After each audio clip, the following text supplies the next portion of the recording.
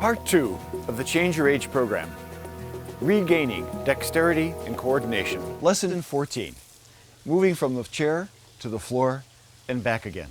Now, a lot of people, as they get older, start to have a fear of falling to the floor. And in fact, some people will look down at the floor as they prepare to stand up, which assists them to fall. So what you want to do is to learn to keep your eyes level during this lesson. Look at the floor only when absolutely necessary. And also to realize that you're going to be supported by having your hand or your pelvis on the chair at all times. So let's begin. Krish, could you slide your left knee down towards the floor in front of yourself? And slide it until you feel that, yeah, good. Go back and forth a few times like that. And slide it and start to turn in the chair so that you stay sitting on the chair. And yes, you can put your hand right there when you need to, and eventually that knee will touch the floor.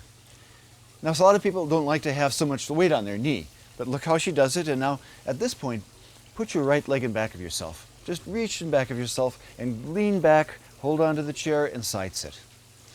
Now, there she is, sitting on the floor. You can put both hands on the floor if you want. And move your right leg around a little bit, just to get the feeling that, yeah, you can be there and it's comfortable. So, you see, you don't have to be as flexible as Krish might be, or be able to let your leg go that far back. Not necessary. She's showing you a variety of things. You don't have to do them all. So let's get back again. Getting back may seem like the harder part, but actually it isn't. Could you do one of the hardest parts? Keeping both hands on the floor and really feel the floor, like you're going to push into it. Yeah? Give it a little push. And look, when she pushes, her pelvis lifts up. Now slide your right knee forwards. Good. And no, keep on both knees. That's it. Now slide your right knee backwards. Begin to sit off to the side. And there you go. Now put the hand forward again. Lift your pelvis up. Stop. And set your pelvis back down again. So this part of the movement is often the hardest. And just practicing how to get up and down from side sitting onto your hands and knees. Once that's easy, come to all fours. And now put your right hand on the chair again and stand your right foot.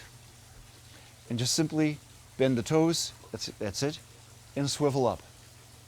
Now let's watch that again, so you get the idea how quick the movement can be. The knee goes down, she still has one foot. Now reaches back, up, and now come back up on all fours, push, stand, good. Now I'm going to slow her down a little bit. She's so agile, she's moving too fast for you. So go a little bit slow. The left knee goes down to the floor as she starts turning. And now she's standing solidly for a while on this leg. And she's got the solidity of her hand there, her foot directly under her, and always make sure you can feel the pressure of your heel on that standing leg. And then take the leg back and start to sit back and off to the side. And get the hand to the floor, and there you are. And now, to come back up again, the hardest part. Push into your hands, let your right leg come forwards as you lift your pelvis up, and voila. And then the hand goes to the chair, and last of all, the foot rises to stand on it. Stay there for a moment. Could you go back again to letting the foot go back, keep the hand on the chair, and now put it on the floor. Now watch this in slow motion, right? You could do it in slow motion. So slowly put your hand on the chair as you rise your pelvis and slide that foot to standing. There. Watch that position. Now go back just with the foot. That's a key movement. You don't have to sit. You don't even need to, because you know you can sit on the floor. So there we go. Just to kneeling. Just to kneeling. Yeah, just to kneeling. Easy. Easy. And now up comes the leg. Stand on that foot solidly. And as you push through the heel, pivot. And there you are. You fall up into the chair. And the good part is your eyes don't have to stare at the ground. You have plenty of points of contact with your hands, your knees, your feet, the chair. It's easy. Safe. It's safe. It's a safe way to move. Okay, now, here's the difficult part. So, Krish, I'd like you to imagine doing the same movement, just the way you went, But in your mind, without moving, imagine just what you did.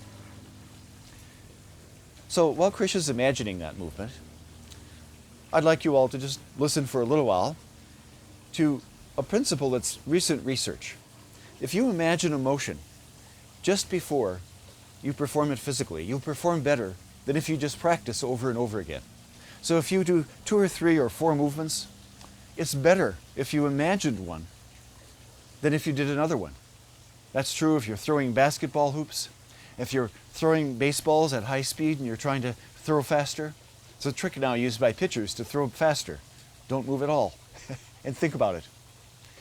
So a lot of people can improve their balance that way. They imagine balancing and then they try balancing. Imagine balancing again. Try stepping on one leg or whatever again. Now you imagine that one side, Krish. Here's the hard thing that'll make your brain generate some new neurons.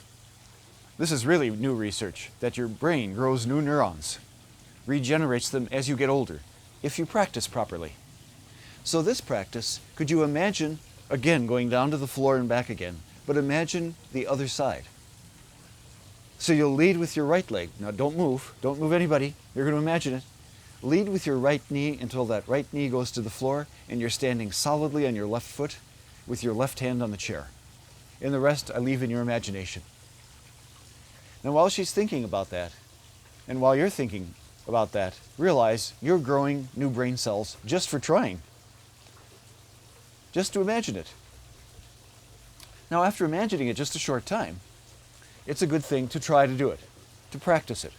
So let's see if Krish can put that together. I won't say a thing, I'll just say, Krish, go. Go with your mind. Good?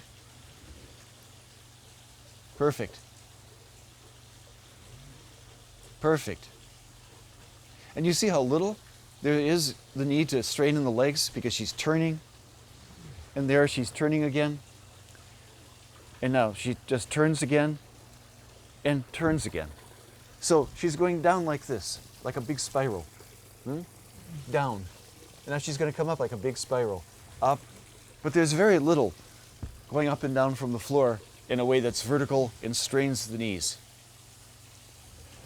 In fact, just to show you what can happen at any age, if you practice this and can do it well, go fast. Which is a very good thing to practice doing. Why? It's the best protection from falling, is learning to go down fast yourself under control. Okay, thank you. Have a rest in the chair.